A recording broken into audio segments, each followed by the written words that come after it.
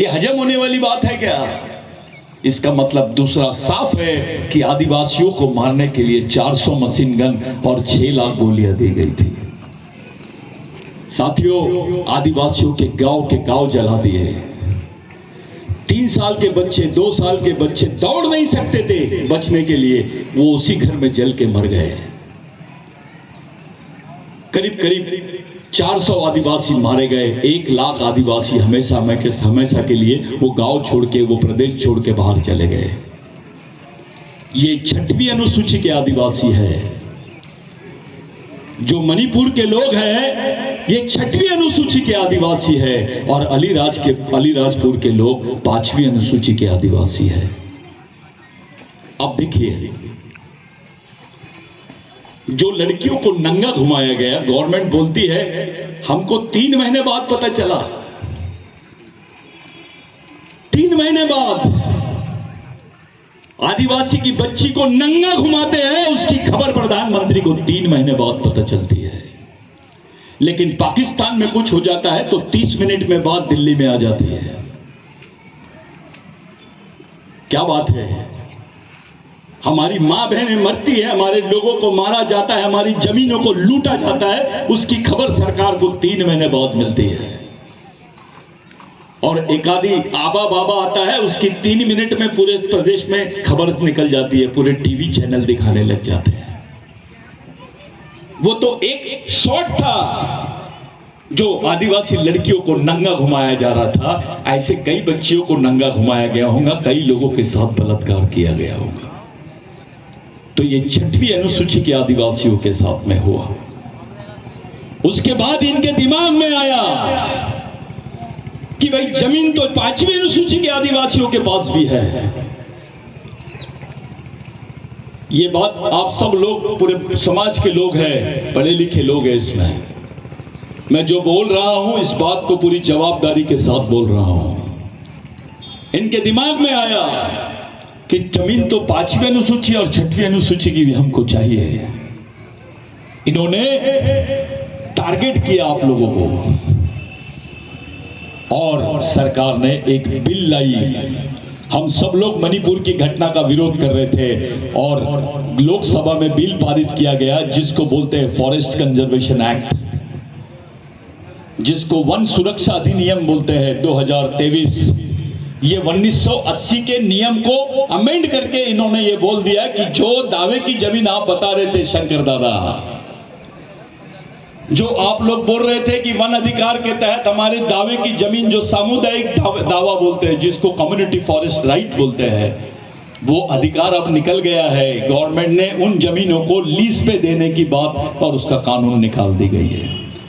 जिस जमीन पर आदिवासी दावा कर सकता था, जिस जमीन का आदिवासी मालिक था, सरकार ने उस जमीन को प्राइवेट सेक्टर को दे दी लीज पर, 60 साल की लीज पर। अब तुम कभी दावे की बात नहीं कर पाओगे। और दूसरा कानून उसमें डाल दिया कि अब आदिवासी क्षेत्रों में पुलिस स्टेशन नहीं रहेंगे। अब आदिवासी क्षेत्रों में सेना रहेंगी, सेना के सेंटर बनाए जाएंगे। अरे पुलिस स्टेशन रहता है तो आप जाके कंप्लेंट करते हो, एफआईआर बनाते हो, उसको कानून का राज बोलते हैं। मिलिट्री के लोगों का एक ही काम होता है, पैरामिलिट्री फोर्स का, या तो गोली मारना, या तो भगा देना, या गोली मार देना। ये कानून के तहत आदिवासी क्षेत्रों में ये लोग सेना के सेंटर लगा रहे हैं। अब तुम्हारे क्षेत्रों में पुलिस स्टेशन नहीं रहेगा।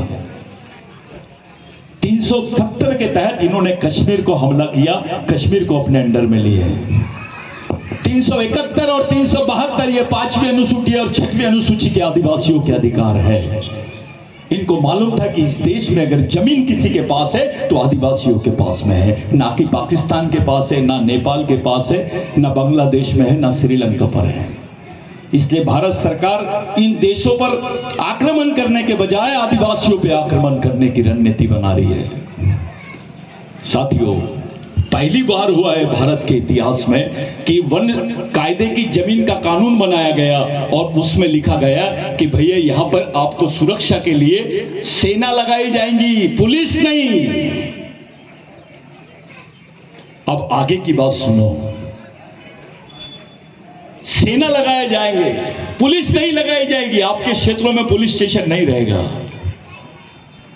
साथियों, आपके 5वीं अनुसूची के अधिकार खत्म, आपके पेशा के अधिकार खत्म, आपके क्षेत्रों को अभी टाइगर रिजर्व जोन और उसको बफर जोन के नाम से आपके 2 करोड़ आदिवासियों को देश से बाहर निकालने की रणनीति, उनके मूल जमीन से उनको बाहर निकालने की रणनीति इन्होंने बना ली है। और ये कानून के तहत आप जो वन दावा कर सकते थे, जो वन पट्टे आपको मिल सकते थे, वो भी नहीं मिलेगा।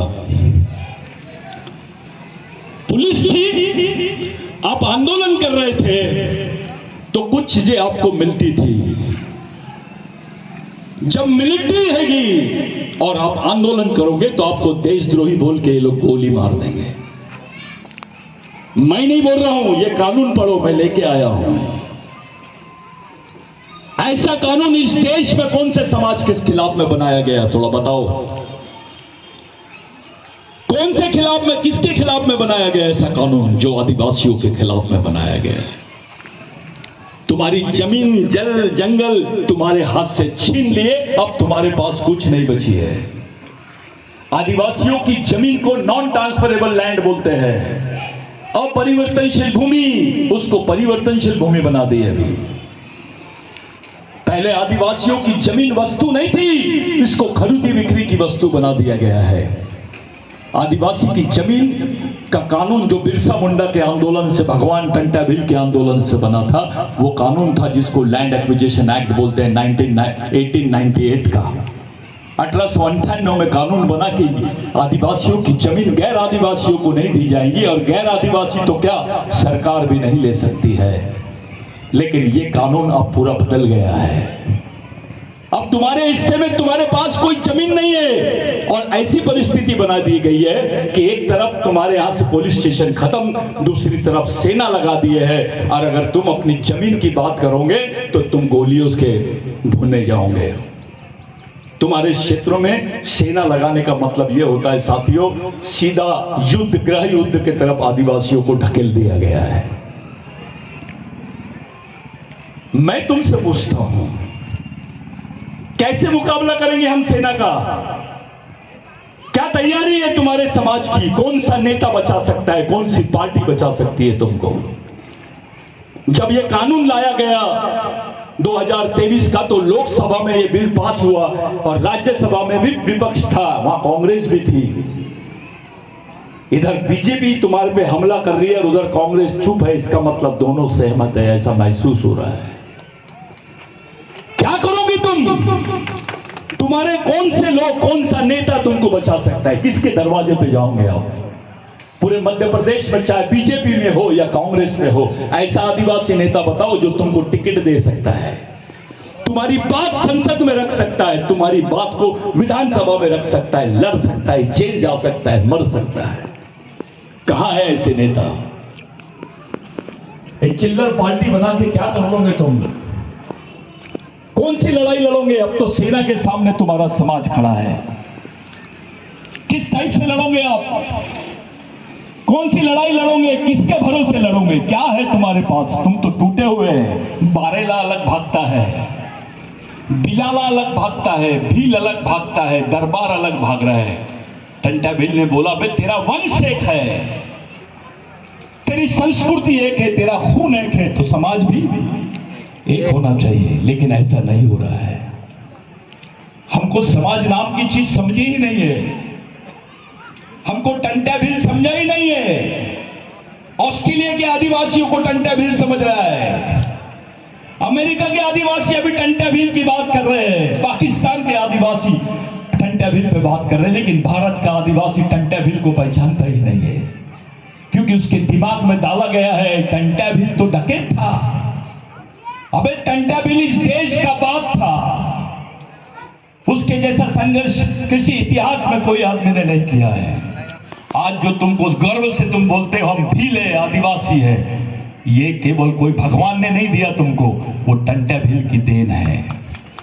आप जिनको बात कर रहे हैं अलीराजपुर का एक एक आदिवासी आदमी, जाओ 1864 के पहले के रिकॉर्ड निकालो तुम्हारे जमीन के, तुमको पता चलेगा कि ये जमीन तुम्हारे बाप ने, तुम्हारे दादा ने नहीं, टंटाभिल की वजह से मिली है। उसके मरने की वजह से जो कानून बनाए उसके तहत तुमको जमीन मिली है। तुमको जमीन देने के लिए ये लोग मर गए, तुमको जमीन देने के लिए ये लोग फांसी के तख्ते पे चढ़ गए, और आज वो जमीन तुमसे छीनी जा रही है। हमारे समाज के कोई बड़े नेता, मैं छोटे नेता की बात नहीं कर रहा हूं, जो ऊपर लेवल के नेता है वो गांडू के जैसा देख रहे हैं, चुपचाप बैठे हुए हैं। इसलिए बैठे हुए कि समाज का कोई दबाव नहीं है, समाज नाम की संस्था का कोई दबाव नहीं रहा। अगर समाज जिंदा होता तो नेता को बैठ बोलते तो सो जाता था वो। समाज में इतनी ताकत है। अगर ये आदिवासी नहीं होते तो कोई विधायक बन सकता था, आदिवासी नहीं होते तो कलेक्टर बन सकता था, आदिवासी नहीं होते तो कोई कमिश्नर बन सकता था, कोई इंजीनियर बन सकता था, डॉक्टर बन सकता था। अगर आप आदिवासी नहीं होते तो आपकी